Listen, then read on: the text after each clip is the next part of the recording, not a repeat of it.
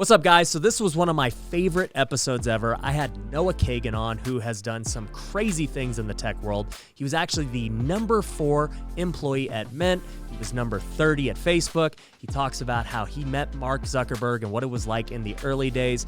And then he talks about how he ended up suing Facebook and winning. You guys are going to want to hear about that. We also go into the journey of creating Appsumo, which is an absolute monster of a company in the tech space for entrepreneurs. If you guys aren't already on it, you need to check it out. And we go into a whole bunch of other details with YouTube and growing businesses. You don't want to miss out. So now let's jump into it. Welcome to the Ryan Pineda Show, where our mission is to invest. I only expect to make money in things that I understand. Innovate. It's about believing in the future and thinking that the future will be better than the past. And inspire. I am much more likely to hit my goal just due to putting it out there. You're now rocking with the best.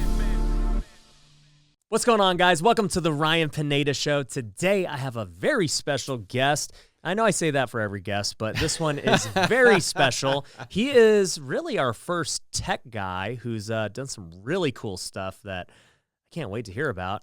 We have none other than Noah Kagan. What's up, dude? Nice to meet you today, man. Hang out in person. I know, dude. I was going to say I have my very good friend. I'm like, but we just met, so I don't want to say that. My future really good friend. Dude, you'll come into the bar mitzvahs. We'll go to the church. It's going to be a good time. Dude, going to be great. So, dude, I first heard about you on YouTube. Super random. You know, you got recommended to me because we're kind of in the same type of niche a little bit. And I saw you do a video on Gary Vee. You were talking about Gary Vee's, different streams of income and stuff. You remember that video? Yeah. I was like, yeah, that was a cool video. I like this guy. And I didn't really know much about you. And then you ended up doing a video with my friend Spencer, who's also been on this podcast. And he's like, dude, you got to meet Noah. And I'm like, I've seen his videos. They're tight. Like, I like it. Thank you, man. And he kind of set us up, and here we are, dude. Dude, hell yeah. I think one of the coolest things about the whole internet space is who do you get to connect with? So you've been putting yourself out there, and that kind of attracts a lot of different things, and you get to meet amazing people. I think it makes life way more interesting. Oh, for sure. So, dude, Spencer told me a little bit about your background, but I want to hear really more about it, dude. So tell us kind of the brief rundown of where you came from. I always wanted my story to be like, I grew up rich. I'm still rich. No, I was just like, family still rich. No, I grew up super middle class, Bay Area, California, in Cupertino. And I just grew up around tech. So like I was 2 miles from Apple headquarters. Everyone in my high school went on to work at like Facebook and Google and Zynga and all these like really popular companies. So that was like what I knew I was always going to be involved with. Went to Berkeley. And then my career has been kind of like, my 20s were basically like failures at like pretty interesting failures. So I was number 30 at Facebook. I got fired. Why did you, hold on, before we jump into, like, what happened? Well, my first job out of college was at Intel, which sucked. I was a cubicle monkey. I did like supply chain. I literally hit one button in Excel. And then for 7 hours, I just sat at my desk or I slept at my desk. How does that happen? How do they have like such useless... I don't know. I don't want to say you were a useless employee. No, I was totally useless there. They literally should have replaced me with software. Well, I think at some point you just get to, I think that's a challenge in all business. We can talk about this maybe later. Is that like, how do you stay on the edge that got you to the place? Because a lot of times you kind of do things that are a little edgy. And then as you get popular, like, well, we can't do that anymore. We can't play do it this safe. Yeah. And even in our own company at Appsumo.com, like we used to have a sumo logo. We're called Appsumo. But people found the sumo offensive. Dude, it's so stupid. I think so. And so it's, trying to figure out that balance of staying fresh over time. And I think that happens at these large companies where they have to have like a skunkworks team. Like even Facebook, they have a team called NPE, New Product Group or something like that, where they're releasing all these like new products. Wow. But anyways, I totally, I just applied at Facebook. It was not like I had any relationships there. But I think one of the things that was a big takeaway for me and for anybody else who's trying to get a job or start their career, I was just building a lot of things on the side. So I built like a ninjacard.com, which was a discount card for students, College Up, which is a Craigslist for students. I just had a lot of hustles that I was just like, hey, I want to make this stuff, see if I can make some money. So Facebook was right up that alley. Yeah, so when I applied, exactly. So when I applied for a job, I basically printed out my websites. This is a little bit more old school, I guess, but I brought it to them. And then I also did mock-ups. So I took Facebook.com and said, hey, you guys don't have these things on the site, but I mocked up what I think you should do. So I went in for the interviews. I got the job. You were already adding value. Yeah, everyone else is so crappy nowadays. All you have to do is 1% more to stand out. Literally, the bar is so... Can we swear? Or no swear? The bar is so low to be successful. Yeah. But people are just like, oh, well, I'll just watch the YouTube channel. I'll listen to podcast. Just do 1%. Like print it out, make the mock-up, do like build something. That's what I've noticed in the people I've hired and the people that have like excelled at our company. Yeah. So if it's why I got fired, now that I've like built my own companies, it's because I wasn't able to scale with the business. So I think in hiring, there's different phases of people. So there are people that can just hit the buttons, and then there's people who are smart, and then there's people who are experienced. So at this point of our company now, it's we're a $7 million business. We're trying to hire the A-list experienced people. Yeah. I think historically we hire a lot of in the beginning hired a lot of Moneyball people. Baseball. Yeah, so we hired a lot of that. Good value. And so I think with Facebook, I grew the most, and I was only there 9 months, dude. But it was insane. What year was this? 2005, 2006. Wow. So this was really early. Yeah, I mean, on this was like Facebook. Sean Parker. This was like the Winklevi were like just coming out with their lawsuits. So Peter were you Thiel. working hand in hand with Mark Zuckerberg? Yeah, for sure. Is Mark still your homie or what? No, not at all. You know what I will say? I'll tell you, my mom messaged me on Slack. She was watching our Appsumo YouTube channel. She goes, "Oh, Jay is great. I love Jay. Jay is one of the guys who makes videos for the products we promote on Appsumo." And she's like, "I love his shirt. He's got so much charisma." And I contrast that to Mark's mom. Mark's mom walked in the office one day, and I was like, "Hi, Mrs. Zuckerberg. Nice to meet you." And she's like, "Huh." Kind of like, "Get out of my fucking face." And I was like, "Oh, okay." I don't know. I guess it's just different styles of people. And he grew up extremely wealthy and privileged. And I don't know. I guess I've always felt more like the underdog, which is what I call my community.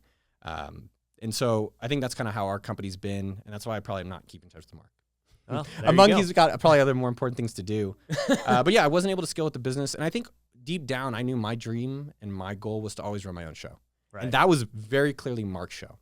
Yeah, for sure. Not even the Winklevosses or No, but I think the one thing I would encourage everyone, if like you don't get to be a part of it, like being a part of a hypergrowth experience, like maybe come and joining your team and being a part of like your hypergrowth in social and your real estate. It's an amazing thing just to even be on that train for like a year changed my life. Yeah. Right. Like the people I met, the skills I developed, honestly, and the expectations. Like when you're around the best in the world, like Dustin Moskovitz created Asana, Charlie who created Quora, like these guys are the elite.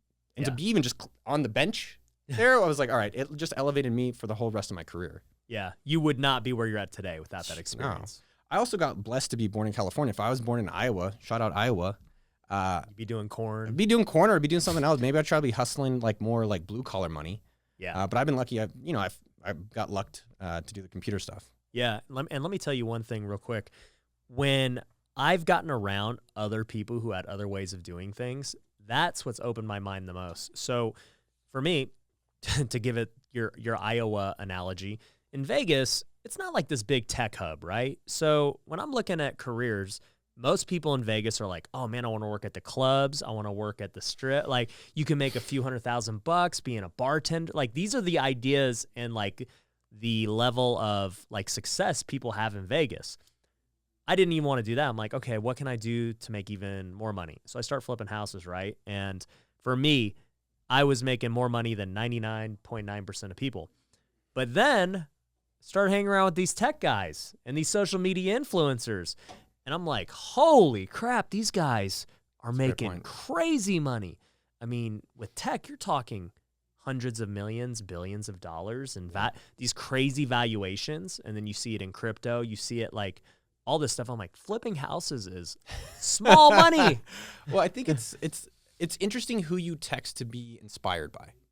Yeah. So who are your boys or girls, men or women, that you're like, yo, these are the people that I'm learning from, either on YouTube, which is free, or podcasts or wherever that is, or just within your circle. So one of my best friends is Andrew Chen. He's now a general partner at A16Z, like literally one of the top VC firms in the world. We're doing $70 million a year as a company. And Andrew's like, oh, that's a good start. You're like, everyone else would be like, yo, you're killing it. You guys are doing so great. You're helping all these customers. You're promoting partners. So proud. And I'm proud of what we're doing, but it's also nice to have someone around that's like, how do we 50X that? Yeah. It's crazy. Putting yourself in those places or just going and learning from Andrew or learning from you and these people that are, set high bars. Yeah. So, Facebook, it sounds like they just scaled to this crazy level, which we all know they have, and they needed more experience. Way more. And I'm great in the beginning. And I think that's something I'm in my 30s. And early on, I think we want to just be great at everything. And I think over time, wisdom-wise, I'm like, I'm really good at starting. I'm really good at marketing. Operation stuff, I don't want to do. Yeah. And I don't want to be doing project management, which is what they brought me on for, like to be a product manager. So yeah, it made sense for them to let me go. And I've even seen that within our own companies. Like, oh, you were great in the start, but now as we're going bigger, you're not there. Right. Side note, how was Sean Parker? I didn't get to meet him too much. Interacted with him twice. He was starting like a jeans company. Sean's nuts. He's an entrepreneur. Yeah, Sean is nuts, but he is a genius, and he's been a part of he was a part of Plaxo, LinkedIn, Facebook, Spotify. I didn't know he's a part of all those. Wow. Yeah, Sean's got an amazing talent, amazing eye for talent around this stuff. And even Facebook, like he found Mark, right? Like he saw that Mark is going to do this thing. And I think what we missed on, I think what you miss is it's hard to be successful for a long period of time. Right. Like to be able to see this kind of kid and see what their potential is. There's thousands of others who didn't make it, or hundreds of thousands. So I mean, look at MySpace, and Facebook has become a behemoth. And you know what? Anytime there was ever a threat, what'd they do? They always fought it off. They either acquired them or copied them or did something to maintain the dominance they have. Big time.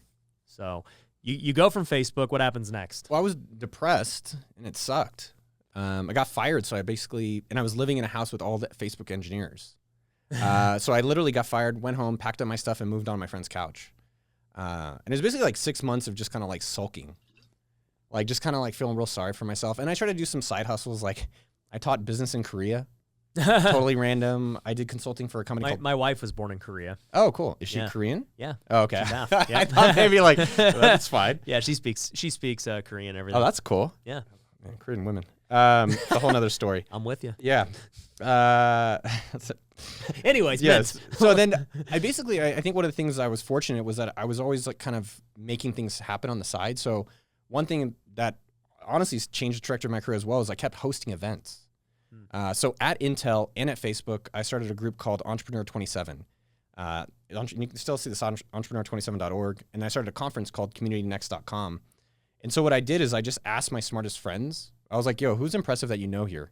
So like Ramit Sethi, who's a pretty famous guy. I met Tim Ferriss, who's now really famous. So Tim Ferriss wasn't famous then? No, not at all. And so I met Tim because of Orrin Hoffman, who's a known guy in the Bay. But I think for anyone out there, just like ask your impressive friends who you should meet. And so I was hosting all these conferences. And when you host things, people think you're smart. And that actually introduced me to someone. Gives you that authority. Yeah, man. I was hanging out 2 weeks ago with the founder of chess.com, which is like, it's actually really big business. And one, it's an awesome site. And I was like, how do I meet you? He's like, dude, I went to your conference. Right? And I didn't have a network. I didn't know anyone. I just was like, let me cold email people and then let me try to promote an event that personally I wanted to go to. Right. And that led me to find mint.com. And so I think one of the things that I've done well in my career is just really, I think I've trend picked really well. So like I picked social network, I picked personal finance, I did Facebook games, I did the Groupon thing with Appsumo.com. So with Mint, I think what I was trying to encourage everyone to do is like, find the thing that you would just work on for free. So I saw Mint.com, and the story was actually pretty interesting because I actually tried to refer my friend to get the job. And I saw Mint, and it was like, everyone wants more money. I love personal finance. I grew up Jewish, which honestly in our culture, they talk about money really early. I didn't realize that not other families do that. Yeah. It's like, you're 5 years old, here's your debit card, Noah. I was like, okay. I was like, all right. Here's your inheritance at 5. Go invest it. No, inheritance. My mom's, no, your brother doesn't work enough. He should make more money. I'm like, all right, Mom, fine. He's a doctor, by the way, and he's not successful enough.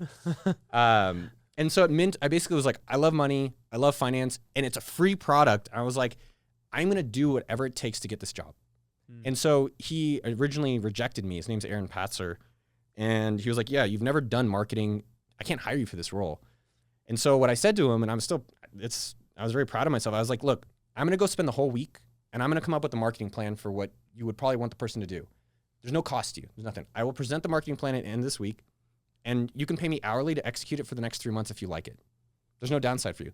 He's like, I don't give a shit. Yeah, go do it. So I spent the whole week. I literally just spent, I don't know how many hours, the whole entire week. Came back Friday, presented the plan.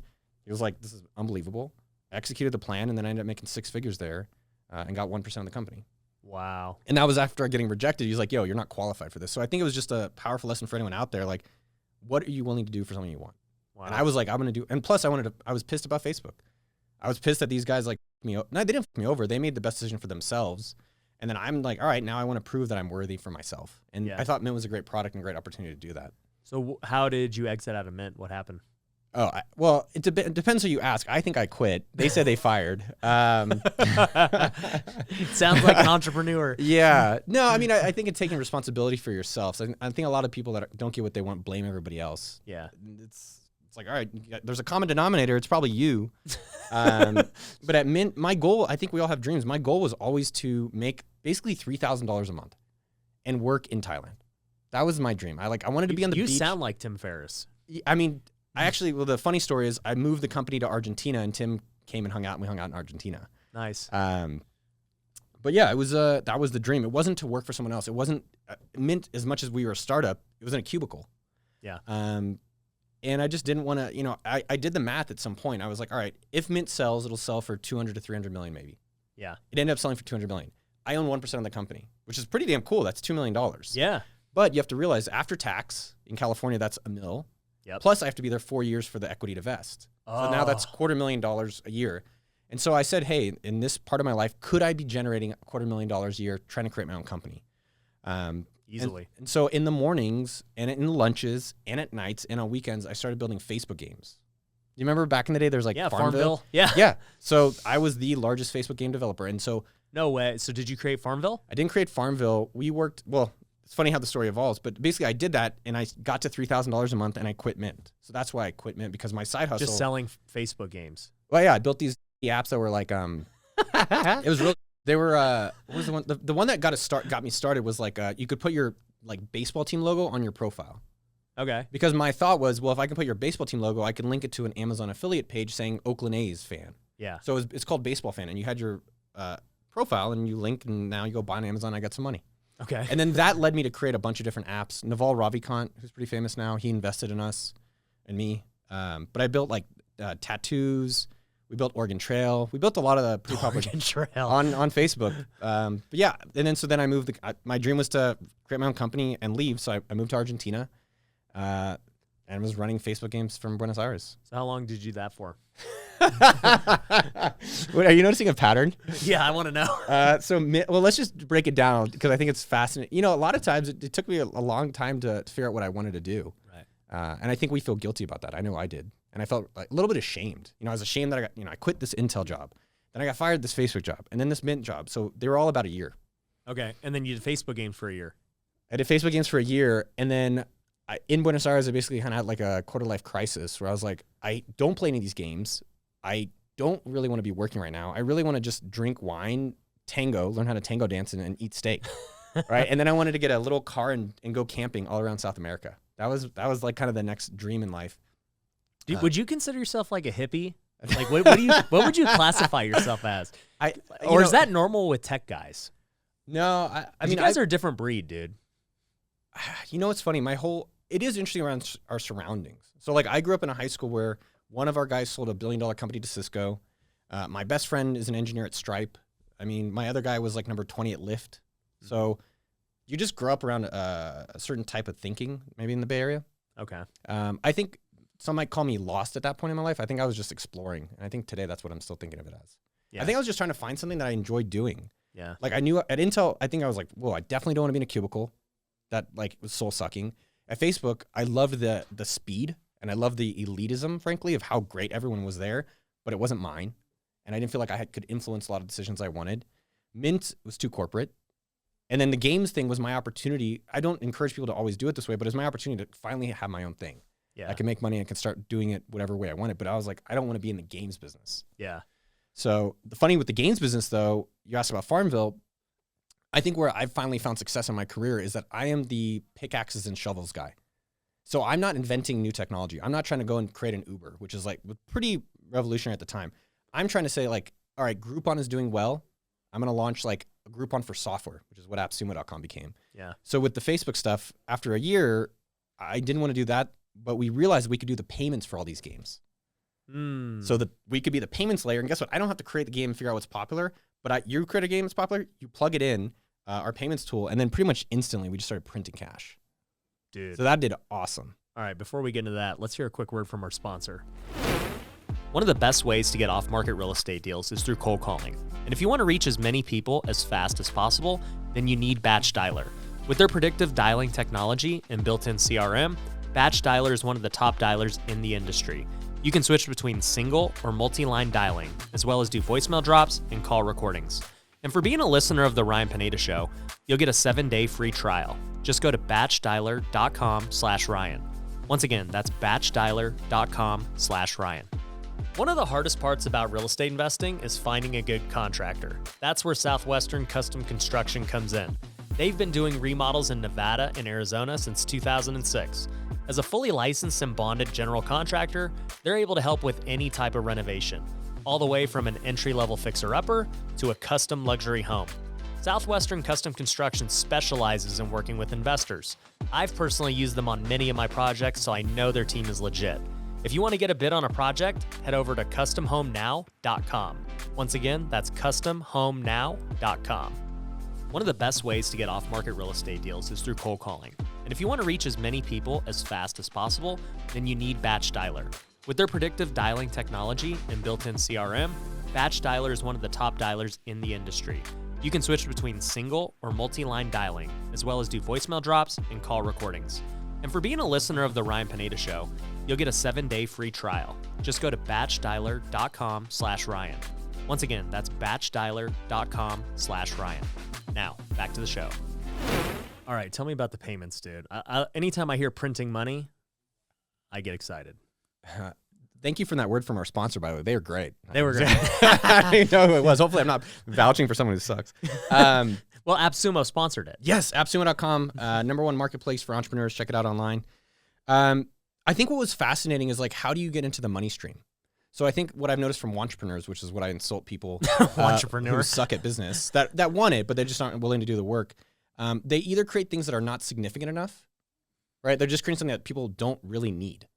And I'd say the other side with, like, this payments thing is, like, how do you get into something so significant that, and, like, with that business specifically, you literally plugged in our software and instantly we were profitable. Like, we were profitable day one. Yeah. And I think one of the key things with it was I always think of it as like tidal waves. And so I think a lot of people play with, like, small markets. But this Facebook games and this was like, as iPhone games came out, the market was so damn big. It was huge. I Even remember getting a little cut, like, at our peak, we were doing $15,000 in profit a day. Yeah. I mean, and that was probably within about a year. Crazy. Which is not, I mean, that's a great payday for 3 guys. Heck yeah, dude. And you're not really doing anything, just maintenance. I mean, we built the payment software so you could pay with your credit card or pay with your debit card or sign up for offers. But I think the thing there was no Stripe, there was none of this stuff. No, this is before Stripe. Yeah.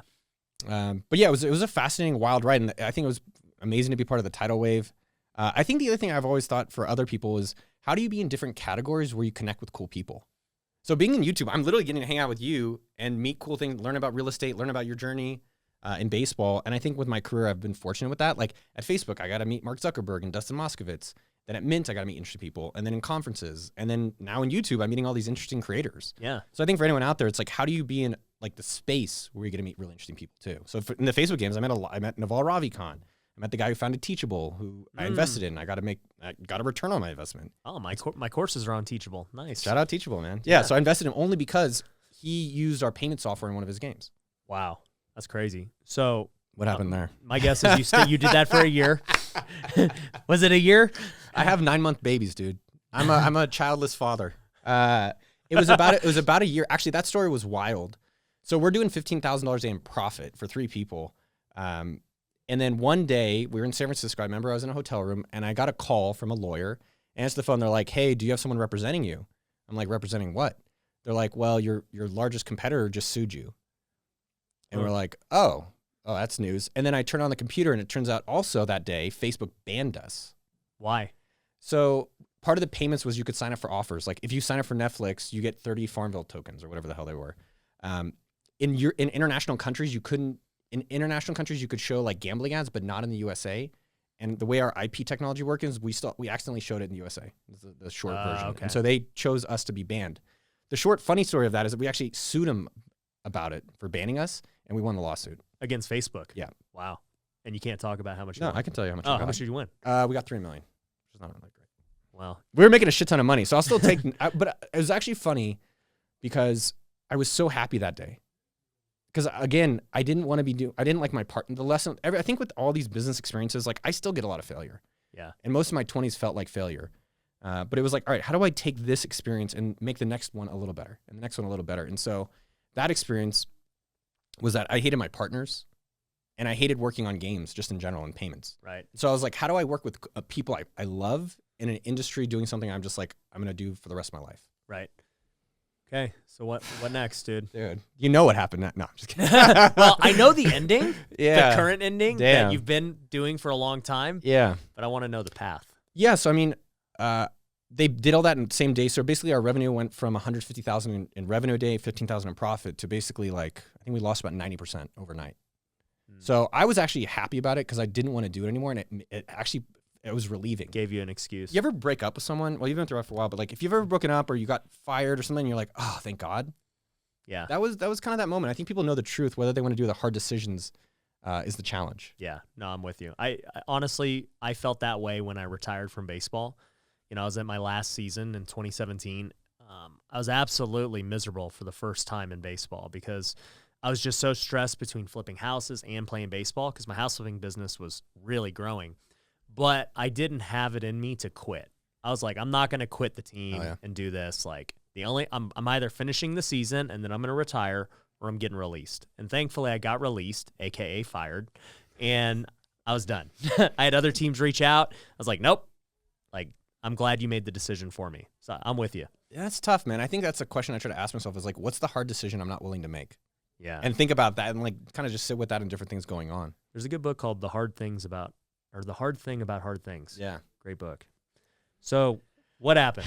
So one thing I will encourage and try to, for the people that are thinking about their own entrepreneur journey, like, whoa, if this guy can figure it out, I'm definitely going to be able to beat him. I hope you can. That'd be awesome. For me in these experiences, it was just like, one, I wasn't actually risky in starting all my new companies. So when I started the games business, I had Mint paying my salary. And then when I quit the payments company, the Facebook games and payments, I had a consulting gig. These were all side hustles at the time. Yeah, and so the consulting gig gave me money to basically do a lot of projects to figure out how do I finally create a business that I want to stick with, which is what led to Appsumo.com. Yeah.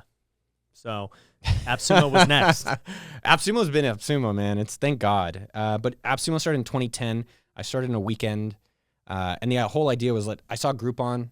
I was like, oh, that's a cool way of doing promotions, like urgency, time-based deals. I saw that software is getting so big, like Dropbox and LinkedIn and Evernote and all these things. And I saw that what I learned from the games thing is everyone wants customers. Like right now as a social media influencer, it's like we want more viewers, but everyone wants customers at the end of the day. I was like, if I can solve that and get deals on software that I like this sounds like a pretty amazing business. Yeah. Because I think most people, I always call it the totem pole. I think people try to do things that are too low value, but I'm like, if I bring people customers, I will always be needed. Yeah. So tell the viewers kind of what does Appsumo do? Yeah. So Appsumo originally started as a Groupon for software, so specifically targeted at startups and entrepreneurs. And today it's a marketplace for entrepreneurs. So books, courses, software. So if people want to promote their tools, they can, or if they want to buy tools to help start or grow their businesses. So you're basically marketing for other people who don't either have the capability to market, and now you're bringing, their softwares and stuff to a bigger audience for them. And you guys are taking a cut from it. Exactly. So think of it, the simplest way, it's Amazon for software, specifically targeted at Amazon already has all the traffic. Yeah. You just throw your product up there, boom. Yeah, exactly. And anyone can throw a product there. Yeah. Yeah. We don't have anything physical. In the audience, we have about 2 million people a month that experience our site. Most of them are entrepreneurs or they want to be starting their own businesses. So there's from design templates to advanced SEO techniques to like a lot of software. Like Deposit Photos has been one of our best sellers of all time. Yeah. So it was funny because when we first sat down for breakfast today, I was like, I've used Appsumo, but I was actually using King Sumo. Yeah. And King Sumo is you can explain it better than me. Yeah. So one of the approaches, and I think this is great, if people are doing freelancing or agency businesses, one of the best ways to have a business there is like, as an agency, you're always kissing ass. And so how do you create your own revenue stream? So we built a lot of tools internally and we started releasing them. We call them Appsumo Originals. So we have 4 products. One of them is KingSumo.com, which literally one of the ways that we grew Appsumo to a 7-figure company in the beginning was running a giveaway called Dropbox for Life. So we gave away someone Dropbox for Life, which we're still paying. This is like 7-8 years later. I get an email every other year. It's like, hey, I need a renewal. I'm like, all right, we got you. You're $40. Yeah, man. Well, I think it's 100, but that one giveaway brought in 250,000 email subscribers. Wow. And I think this is years ago. Years ago, last time I checked the database, it was at least $10 million in revenue brought in from that type of audience. Your $100 a month giveaway. $100 a year giveaway. Yeah, $100 a year And so giveaway. that software that Chad, my partner, created, we ended up selling as a product now that other people can use. Yeah, and we used it on one of our giveaways. Awesome. Yeah, and that's what I was like, man, this is a cool idea. And it's just funny that you created that, but also you were telling me at breakfast that a lot of the stuff that you sell is because you created it for your own purpose. You're like, I need this. And then it didn't exist in the marketplace. And you're like, I'll release it to everybody. Yeah. So that was a great one. What are some other ones? So Appsumo promotes, I'd say a lot of our products are things that other people are creating, but we have this originals versions, which a lot of it is because I get frustrated. Like I was using MailChimp and it was really hard to use. And I thought it was like, frankly, overpriced. So we launched SendFox, sendfox.com. Basically, it's affordable MailChimp that's just simple. We're going to have to try it out because we've used MailChimp and I hate it as well. Well, it's also like if you're a content creator, creating your weekly, like do you email out all your videos? No, I should.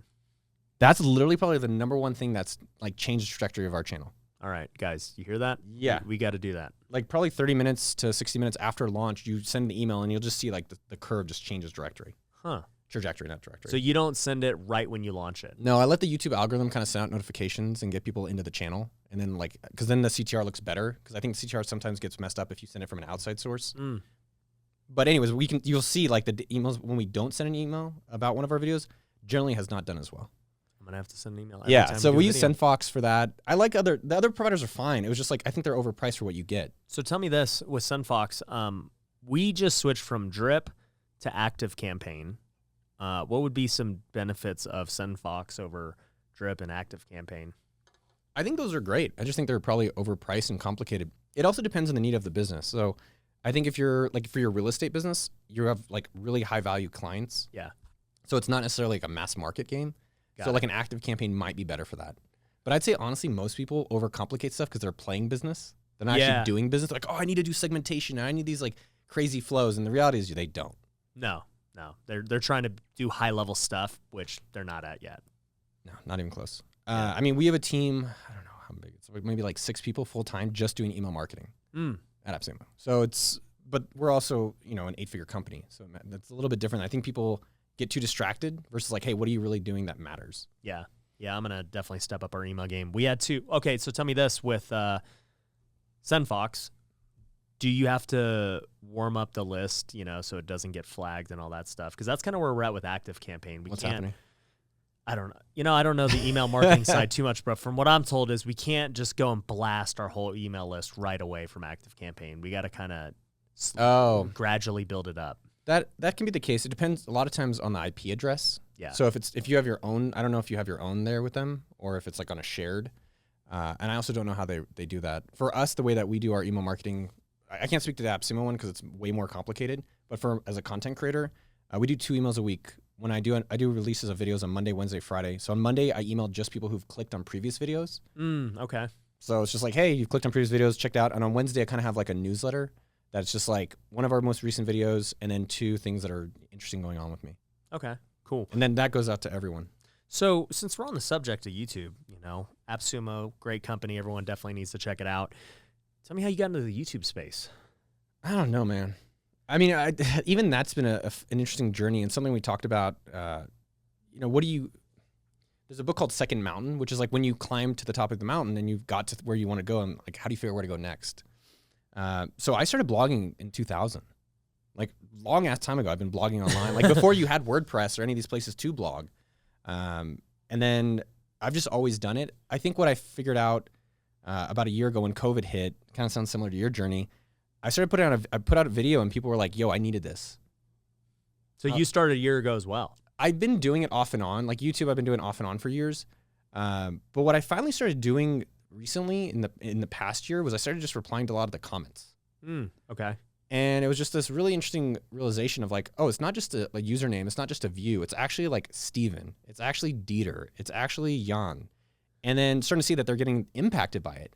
And just starting to engage that has changed for me dramatically. I think straight up, I also think I felt like a fraud potentially, where I felt like, is my advice actually good? Can it actually work for other people? I know it works for me. I know I've had a lot of interesting experiences professionally, but is it actually going to be helping these people? I thought maybe like, are they dumb for listening to me? I was self-conscious about that stuff. Even though you might objectively be like, wow, this guy's worth a lot of money. Like he's built these companies. He's been a part of cool experiences. Yeah. But I think engaging with the audience and saying, hey, I'm sharing what I think is going to work for you. And I think I stopped worrying so much about how to get to how many subscribers and just start honestly really just trying to enjoy like the process in between, which is fucking tough. Especially if you're like, I'm a marketer at heart. I'm like an evangelist, promoter, marketer. So I want, metrics based stuff. The big thing for me with YouTube is that I got to a point where I said, am I doing what I want regardless of the outcome? Right? Like if a lot of people watch it or not a lot of people watch it, like am I putting out a video that, like I put out a video a few days ago, it was like FaceTiming my friends about how they made the first $1 million. I like watched that video. I was like really proud of it. I think people should put out products that like, yo, I just love this thing. Yeah. And I just made it, I don't know, that kind of focusing a little bit more on the fulfillment versus just like, how am I making money? How am I getting the subscribers? So do you think that for you, I mean, you're a competitive guy, I can tell, but do you think YouTube for you is a passion project or, a business venture? So I actually tried to do YouTube 3 to 4 years ago. And I think I was honestly bored and I didn't really have like as much of a focus. And I was like, I wanted to fill my time with something. And when I restarted YouTube, and I've been doing it, it's been like a year and a half now, like hardcore. It's a business venture. It's a business venture that's just fulfilling. And it's something I'm like, how do I do this? How do I do this for the next 20 years or however long YouTube's around, maybe 50 years?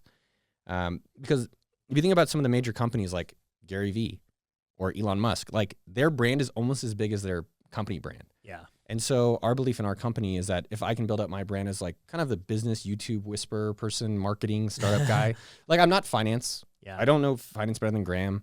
I'm not going to do better real estate than you. Like I have a few houses, but it's not my jam. But tech, starting marketing, like I'm very good at that. Yeah. So we believe like if I can get the YouTube channel a lot bigger, put out a book, then that kind of exposure will spill over into Appsumo.com. Yeah. No, I'm totally with you there. One thing that people always ask is like, man, is it too oversaturated on YouTube to start? And what do you say to that? Dude, no, YouTube is just beginning. Yeah. YouTube is literally, I believe YouTube is going to be the #1 job creator in the next 10 years. So as far as like creators themselves or No, like jobs. people working for creators? Yeah. I mean, you have 6 people working on this channel. Yeah. Like I have, I don't know, I think there's around 6 working full-time. Not all. I think 5 are full-time, 1 part-time on my channel. Like Yep. it's expensive. It's like 6 figures a year that we're paying for the channel. Yep. This is just the beginning. And I think there's so many different niches. I'm going to be paying 7 figures for this channel. Yeah, like, dude. probably by next year. I think that's the thing that people kind of, do I still think there's opportunity? Yes, 100%. And I don't think everyone has to be in the front of the screen. I think there's video editors. I think there's producers. I think there's lighting. I think we have a thumbnail designer. Yep. Like there's a guy that works all day, but a lot of the day making thumbnails. He's good. I like your thumbs. Thanks, man. I like the retire one. It was like just that chilling, was dude. good. He did a good one there. That was good. I'm glad you saw that one. Yeah. And so I just think it's also free, right? Like if you're anywhere in the world, like listening to the show and you want to get into real estate, for the most part, you have to go get some cash. Or maybe you could sublease, or maybe you can take someone's house and Airbnb it for them. So there are creative ways to make money there. But YouTube, you can literally take your phone, which everyone has, record something that you're interested in, do that for I call law of 100. So do 100 videos. And I will promise most people have a few bucks in their bank from that stuff. And I think you can do it in almost any different category. I think I'm with you. I've never heard of the law of 100. Did you? Is that something you? Yeah, it's something up? that I've experienced. Because like I always quit too soon. So I was like, yo, I have to make at least 100 videos. Yeah. I think if you made 100 videos and post them to YouTube, like you said, you would make money from it. Yes. Because you'll get better. You'll figure out. Because most people, like you said, they quit. They just 100%. never even get to figure out what works, what doesn't work. I think I recently got to 100 videos. Nice, dude. And I've constantly, over that time, seen what worked, what didn't work. We've constantly gotten better. But also the crazy thing, which the law of 100 would help with, is virality. You don't know what's going to go viral. Dude. It's literally a crapshoot. And the only way to win a crapshoot, throw a lot of dice. It's a quantity game, yeah. Yeah. Well, I think if you look at Mr. Beast, I mean, he's one of the top YouTubers. I think his team is somewhere between 50 and 100 people. I've heard he's got over 100 people now. Yeah, which is like, it's professional. It doesn't mean that other people can't catch up, but the level of... Well, I don't know if you're going to catch Mr. Beast at his level. it would be hard. Yeah. But I mean, I think the next like Will Smiths are going to be someone like Mr. Beast. 100%. If he's not already. Yeah, Mr. Beast, to the younger audience, is probably more famous than Will Smith at this point. Damn, that's kind of crazy. To us, Will Smith is Will Smith. Will Smith, dude, yeah. But, the young audience doesn't even know what the Fresh Prince of Bel-Air is, which is Mr. Beast is coming up with them. I mean, it is kind of his content is a similar goofy, funny stuff. I mean, yeah, I don't know about you. I'm guessing you too. I've loved doing YouTube. Yeah. Like I like getting on the videos. You've got to have a passion for it because, like we said, it's not easy. It's not easy to create engaging content and keep viewers, watching a video and constantly come up with original stuff. Like, that's tough. I used to hate the Kardashians. and I still do. But you respect it. I respect how fucking hard it is to do anything great. Yeah. Right. And I think one of the things with Law of 100 and studying a lot of the successful YouTubers and just honestly studying successful anyone is it takes time. And like, I think if you looked at my 20s, as we talked about earlier in the show, it's like quit, which I got to learn. I got a lot of benefits, but I think Appsumo, honestly, part of our success is because we fucking stuck with it. Yeah. Like, you just can't get rid of us. So, right? Like, well, yeah. And I think with YouTube, there are people who they just go only into YouTube and their business is built from YouTube. But you and I kind of have taken the same path where we built these businesses 100%. and then we started doing YouTube after. But it's made us really good because now we already have back-end products to sell. 100%. And so it's just, it becomes this thing that can grow really quick. One thing that I'm not doing that we just are like, oh, why don't we do that? Is do you do a lot of content documenting how you're running all these companies? Because I feel like the videos I've seen of you, I don't really see as much of that. So that's the tough part. It goes with what you were saying with the type of content you like to make versus what works. That's funny. Right? And so with what works is how many people are managing multiple companies, right? How many people are actually interested in it? They're just trying to just figure out step 1 right now. Yeah, that's a good point.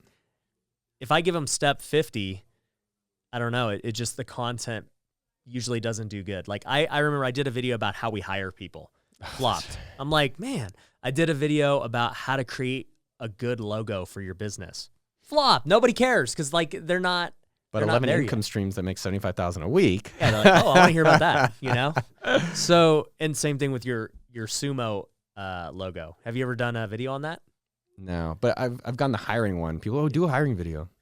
How did it do? They don't do well. No, they don't. I want them to because I think those are the videos.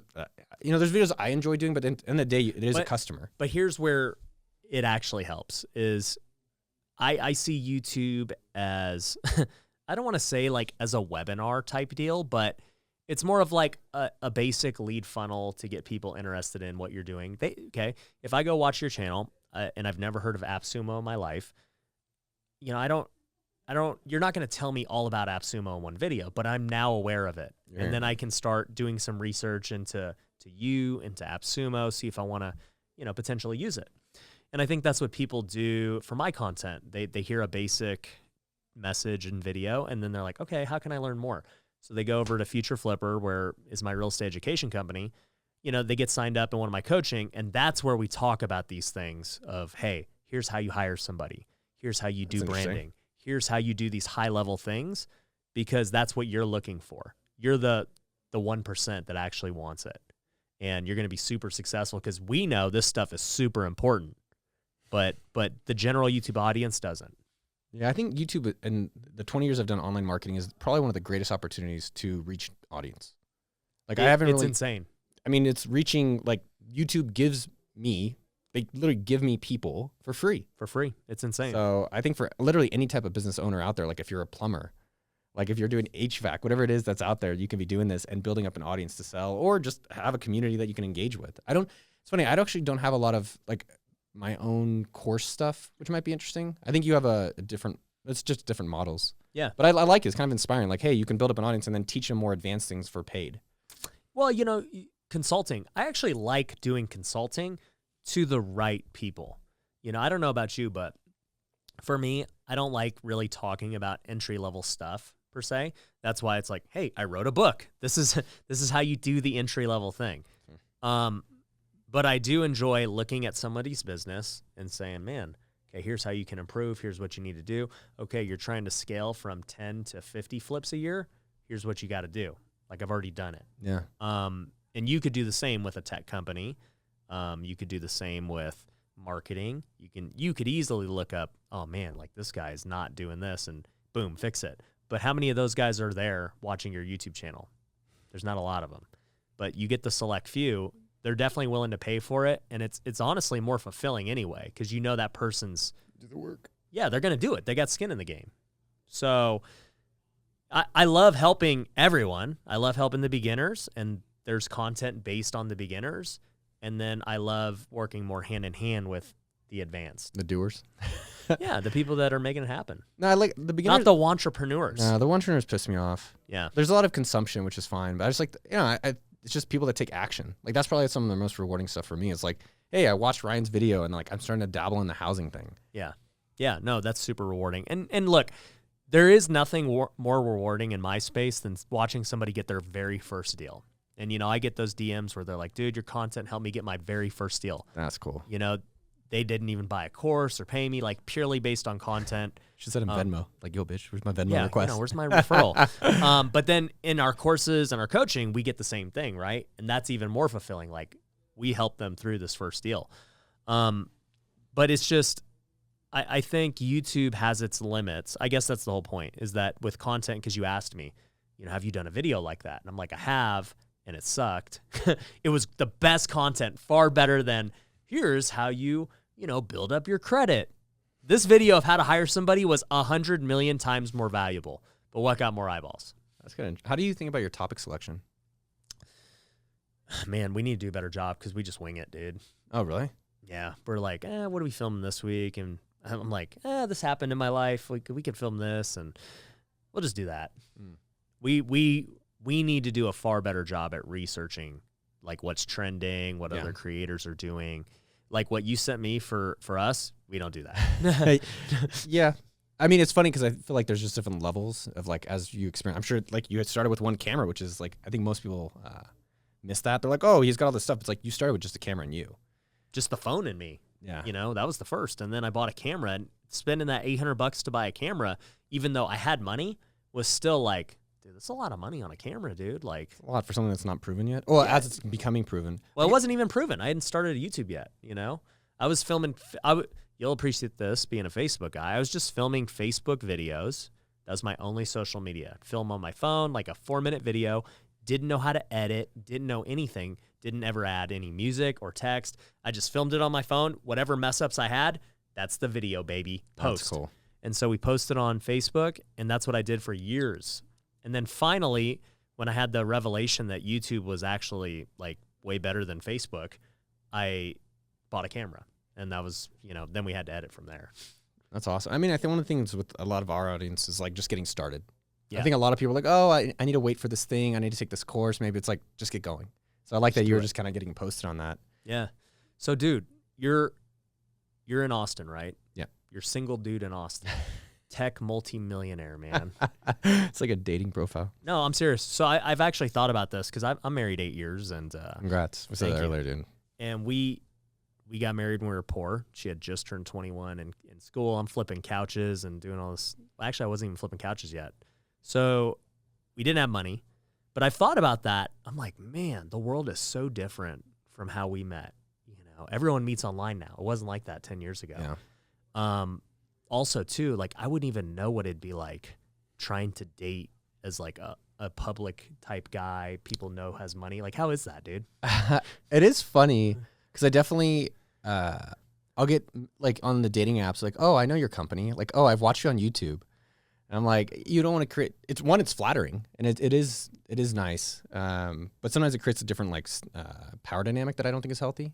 Or like they're like looking up to you. Yeah, versus you want to be with an equal. Right.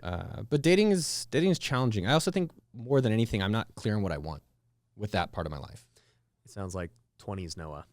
I think there's 30s Noah with the business stuff, which I'm clear on. Like, I love being a part of Appsumo. I love doing this YouTube. Like, this is the next 10, super 20 clear. years. Yeah. There's not much hazy there. But I think in the relationship stuff, I'm enjoying being single, but I'm also, I have some, I wouldn't say jealousy, but admiration to, like, creating a family. 2 weekends ago, I was in Utah. And I went to this, like, multimillionaire's house on the top of Powder Mountain, like this really fancy house. Glasses, and, like, it was huge. He has a movie theater, all this crazy stuff. He had his own ski rack, like, room. Mm-hmm. And he had all these people there partying. And, like, they're doing drugs and they're drinking and partying. And I was like, oh, that's pretty cool. That's kind of cool. And then 2 days later, I was in Salt Lake City, and my friend Eric, who runs chess.com, you know, he has a family, 4 kids, like, very more traditional. Yeah. That I think, and so it was interesting to see both those lives. Yeah. And I definitely admired, I was going to joke and say I admired the party life, but no, I just want to do the party life the whole time, you know, get the yachts and the rolls. No, and it's something about the family life. I had a lot of, it just stuck with me. And I was like, oh, it's not going to be as, like, sexy, but I'll be more fulfilled and more happier. So I think I have to. That's also why next week I'm biking America. So I think I need some time to kind of reflect on that. Yeah, dude. Tell me about biking America, man. Yeah. One of my favorite books all time is called A Million Miles in 1,000 Years. It's actually by a Christian author. I'll check it out. I'll have to write it out. Oh, Donald Miller. Highly recommend Donald Miller's books and Bob Goff. I'm Jewish, and they're phenomenal Christian authors. Donald's book is about how to live an interesting life, which I think everyone wants to do. Like everyone in this room, everyone listening. And so the question is, how do you live an interesting life? And so he tells his narrative from not really enjoying life, not being healthy, not having a good relationship. And one of the things was like, well, you have to do interesting things. And not always chasing things, but like you have to, if you want to, be interesting, just do interesting things or edit out the parts of your life that aren't interesting. So one of the things he did was a bike across America. And so that was a year ago that I kind of got inspired to do it. And the timing works out that I'll leave on Wednesday. And so I have You're starting from where? Santa Cruz. And you're going to where? Santa Cruz to LA, hang out in LA for a few days, and then I'm going to bike east Albuquerque and then to Nashville where Donald lives, the author, and I'm bringing Texas barbecue rub to hopefully give to him and hang out with him in person. Does he know you're going to go meet him? I have messaged him. I wasn't like super creepy, like I'm coming to Nashville. What's Donald. your address? Yeah. But I did holler at him. I was like, yo, man, you inspired me, which I think, if someone watches your videos, like leave comments about like getting those DMs, like, yo, I bought a house because of you. Yeah, it's great. Dude, it's like, that's all. I wouldn't say it's everything, but it's pretty damn almost most of it. Yeah, no, it is. So it helps us do more. Yeah, man. And so I think one of the other things is just hopefully seeing him, and then I'll ride up to Connecticut to one of my best friends lives there. How long are you planning this trip to be? 2 months. Wow. Yeah. So are you going to still run Appsumo and stuff? So there's I hired a CEO about 5 years ago named Eamon. And it's kind of a crazy story. Actually, there's a video coming out in 2 weeks called "How Our $70 Million Company Almost Went Bankrupt." That's a good clickbait. That was a really good title. Yeah, that's good. Well, I told the producer, and he's like, "Yo, that's really good. What happened?" And so I basically let Appsumo was making $3 or $4 million a year, and we just weren't able to grow it for 3 years. And so we kind of hired this guy Eamon out of Microsoft, and we're like, "Yo, just don't f it up. Just make $100,000 a month to cover all the salaries, and we're gonna go try to build new products." Okay. And so after 5 years of trying to build new products, none of them really worked, but Appsumo kept growing. So the moral of the story is just keep doing what works. Boring is working. Boring is good. That's kind of a tough thing for entrepreneurs, me included, right? When I get bored, I'm like, all right, what's next? 11 income streams, dude? I'm like, how do I get to 26? Like, what are we doing here? I get bored. But yeah, it's for sure. But I'm well aware that it can ruin you. Well, I think with the biking thing is it's finding someone who is better at the things I'm not, which Eamon is great at the operational side. And I'm great at like, let's do this marketing idea or let's start this new thing. And he's like, no, we're going to keep doing what works. Yeah. So figuring out that balance. But yeah, so he runs that. Well, the challenge is doing the YouTube content while I'm traveling. So trying to figure some of that out. But you're going to create some awesome content in all these places. I think so. I'm trying to figure out what kind of content. If you got on TikTok, this would be the perfect opportunity for TikTok. Like I feel like the only reason I kind of hesitate on that is that one, I'm not consuming TikTok myself. I spend a lot of time watching YouTube videos. Like I watch your videos. Yeah, in general, I watch disc golf videos or mountain biking videos or cooking videos. I don't consume TikTok. I don't want to. I just feel like it's going to waste a lot of time. Oh, it will. Yeah. And so it's addicting. It is. And so I think, again, like kind of coming back to why Appsumo has been successful over these years, like I have been focused just on YouTube. Yeah. So I don't do IG really. I don't do TikTok. I don't really do Twitter. I just do YouTube. Yeah. Hey, man. Like your CEO says. Just be simple, dude. Just do more stick what to works. What's working. Yeah, I mean, I think Appsumo's done well because we stick to what's worked and we double down. So Yeah. like Appsumo found marketing activities that work and it's like just do more of those. Same with our YouTube. It's like only 3 videos. So I've put out 100 videos now in the past year. Only 3 videos worked. Only 3, which was talk about Mr. Beast. Talk about Mr. Beast. Every one of those videos has done well. Business ideas. So give people business ideas, and then how I'm rich. Those are I've tried a lot of other videos, but literally if you go to my subscribers, sort which videos have driven subscribers, only those 3 videos. Yeah, we got to dive down into the data, but I definitely how or why I'm rich always does good. I'm like, dude, I'm so tired of making these videos, but man, the people, you got to give the people what they want. You do, or figure out how to make it interesting. It was funny though. My ex is like, "Why are you telling everyone you're rich?" And I'm like, "No one cares." They know. And it is also what's it's a little bit more sexy. And I've actually heard Graham talk about it, where it's like that. I can put a different title, but that's what gets people in the door. And if it's good information, it'll help them. Yeah, as long as it's providing value. So, Well, dude, man, Journey. I appreciate you for coming in, man. That was quite the journey of hearing all your different endeavors and just where you're at now and what's to come, you know, with the mountain biking, kind of getting over the temptation to switch things up and go create. Like you're just stay in the lane. And I think that's what I was thinking about what I'm really proud of myself. I don't think I don't know about other people. I feel like a lot of us aren't proud of ourselves, or at least I haven't felt that way. So I think more people should be more proud of themselves. And one of the things like this year, I'm extremely proud I'm sticking with YouTube. yeah. So I think for anyone out there, just find something you're enjoying that's getting you some results and just stick with it. I don't know. For me, the sustainability has been such a big breakthrough. Yeah. No, and dude, the thing is, and you know, with tech, it kind of has that exponential growth, right? Like so hard in the beginning, and then Yes. you finally hit that breakthrough, and then things just explode. Yes. And I think for both of us, that's kind of where we're at with YouTube. Like we've gone through the hard stuff, and I think it's about to get really fun. It still feels hard sometimes, but I think it's figuring out, like, one suggestion for you guys. We do, like, really, I don't know, probably spend about 5 hours a week just on topics. And it's because it's like you're going to make the videos anyway, so why not pick topics? So anyways, but it's hard, but it's, getting easier, and try to figure out how to keep making it fun as you progress. Yeah, I'll tell you, one of our weaknesses has always been our, like, planning. We wing it all the time as far as content goes. It's working. Even though, these dude. guys, like, you came in, we're like, all right, let's go. What are we doing? Like, let's do this. Yeah. It works, but obviously we are not doing our full potential by not properly planning. Well, like you saw the script stuff that we planned early. So when we're putting your content on our channel, I was like, well, what stuff as you talked about that's already super popular? Yep. It's your couch flipping and how you're rich. It is true. And so it's Couch like flipping always does good. couch flipping. I never heard of that before, right? But like how you became a millionaire in real estate and how you made money couch flipping, side hustles. Yep. So it's like, well, let's make content that I know is going to do well on YouTube versus I think a lot of it, honestly, we spent the year guessing. We do. Instead of once you've already done the 100, you guess to get to the 100, but once you have the 100, you have clear data that tells you what works. So you're right, dude. We are getting more prepared this quarter, baby. That's our goal. Prepping way better. But dude, I know we're coming up on time. We've got other content to film. So guys, if you aren't already, you got to make sure you're subscribed to Noah's channel. It is awesome. I don't watch a lot of YouTube, but I watch his stuff because it is more of that high-level stuff I'm interested in. Also, if you're not subscribed to this channel or the podcast, what are you doing? Make sure you guys go do that. And make sure you guys tune into both of our channels for the other collabs that we did on those. So, dude, Noah, you're the man. Thanks for coming on. Everyone, thanks for watching. Thanks for listening, whatever you're doing. Peace. Thanks for watching The Ryan Pineda Show. If you want to work with me, head over to ryanpineda.com. You can find my courses, coaching programs, and upcoming events. We also have free resources you can download, so head over to ryanpineda.com.